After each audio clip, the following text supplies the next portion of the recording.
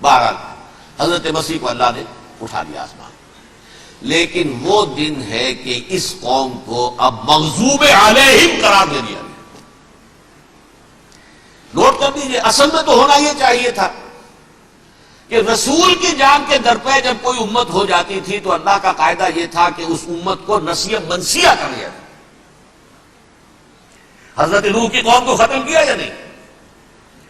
حضرت ہود کی نگاہوں کے سامنے قوم عاد برباد کی گئی یا نہیں؟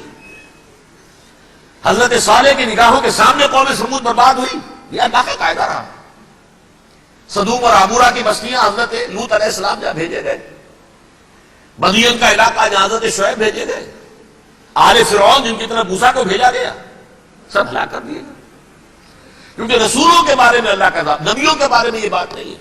نبی آیا، اس نے دعوت دی، جس نے مان لیا اچھا کیا، اپنے لیے اچھا کیا، نہیں مانا اس کی اپنی جو ہے آپ برباد ہو گئی۔ دنیا میں کوئی فیصلہ اس کا نہیں ہوتا، لیکن رسولوں کا معاملہ یہ ہوتا ہے کہ دنیا میں وہ اللہ کی عدالت بن کر آتے ہیں، مانو گے تو بچو گے، نہیں مانو گے ہلاک ہوگا۔ تو اس اعتبار سے وہ مستحق تو ہو چکے تھے اس کے کہ انہیں ہلاک کر دیا جائے۔ اب اللہ کی کوئی خصوصی مشیت ہے، اس میں کیا حکمت ہے، وہ ہے ایک حکمت، میں بعد میں اگر وقت ہوا تو بتاؤں گا۔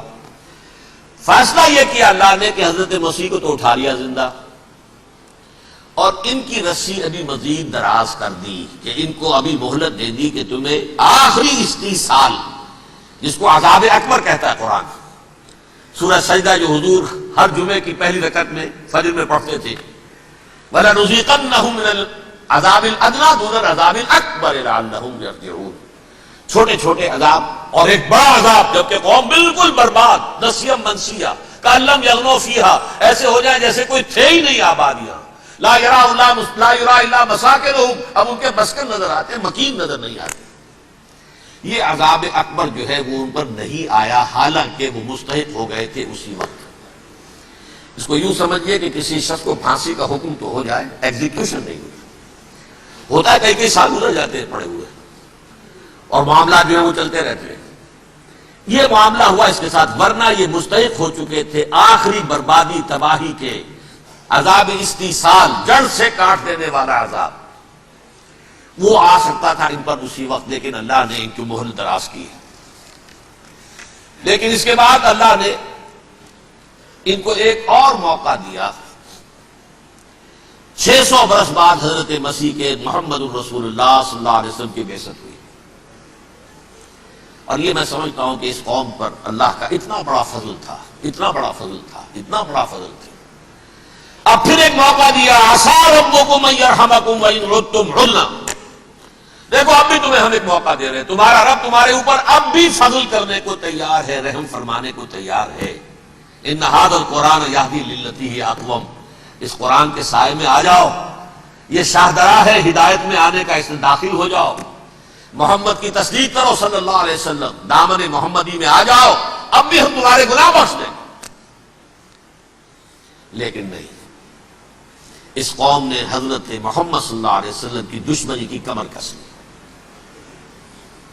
اور اب یوں سمجھیے اس تاریخ سے لے کر آج تک یہ گٹھ جوڑ ہے۔ ظاہر بات ہے کہ ابلیس کا بھی اصل دشمن اب کون ہے، یا ہدف کون ہے، ٹارگٹ کون ہے؟ جنہوں نے محمد کو نہیں مانا صلی اللہ، وہ تو ہے ہی جہنمی، ان پر کوئی اور محنت کرنے کی ضرورت کیا ہے؟ سمجھ رہے میری بات؟ حضور کی بعثت کے بعد جنہیں حضور کو رد کر دیا، ان پر ایمان نہیں لائے، وہ کون ہے؟ کافر، وہ جہنمی ہے ہی ہے۔ لہذا اس کے اوپر کوئی محنت صرف کرنے کی ابلیس کو ضرورت نہیں، اس کا اصل ٹارگٹ امت محمد ہے صلی اللہ علیہ وسلم۔ وہ ساری نوع انسانی کی دشمنی اب آ کر مرکوز ہو گئی ہے امت محمد صلی اللہ علیہ وسلم کی دشمنی پر۔ اور اسی طرح یہود کا معاملہ، اگرچہ ویسے پوری نوع انسانی کے دشمن ہیں، انہیں حیوان سمجھتے، ان کی جان مال اپنے لیے مباح سمجھتے ہیں، جس طرح چاہیں لوٹے کھسوٹے کھائیں پیے انہیں، لیکن اب ان کی بھی دشمنی کا سب سے بڑا مرکز امت محمد۔ کیوں؟ وہی تکبر اور حسد، وہی بیماریاں۔ انہیں تکبر یہ ہو گیا تھا کہ 2000 سال سے یہ نبوت ہماری میراث، ہماری جاگیر، بنو اسرائیل کے اندر سینکڑوں نبی آئے، 3 کتابیں اللہ نے ہمیں عطا کی. یہ کہاں سے آ گیا محمد صلی اللہ علیہ وسلم؟ معاذ اللہ ثم معاذ اللہ. یہ امیین میں سے، یہ جنٹائلز میں سے، یہ گوئلز میں سے، یہ حقیر ان پڑھ. کہاں ہم، کہاں یہ نہیں تسلیم کریں گے. حالانکہ قرآن کہتا ہے یعرفونہ کما یعرفون ابناہم. ان کے علماء ایسے پہچانتے تھے حضور کو جیسے اپنے بیٹوں کو پہچانتے ہیں کہ یہ آخری نبی ہے. لیکن تکبر اور حسد کی آگ میں جل اٹھے. اب ان کے بھی دشمنی کس سے ہے؟ محمد اور امت محمد صلی اللہ علیہ وسلم. یہ گٹھ جوڑ ہے. اب دیکھیے یہ ہے میری گفتگو کا اب تک کی گفتگو کا حاصل. یہ گٹھ جوڑ ایک غیر مرئی دنیا، انویزیبل دنیا کا ابلیس لعین اور جنات میں سے اس کے لشکری فوج.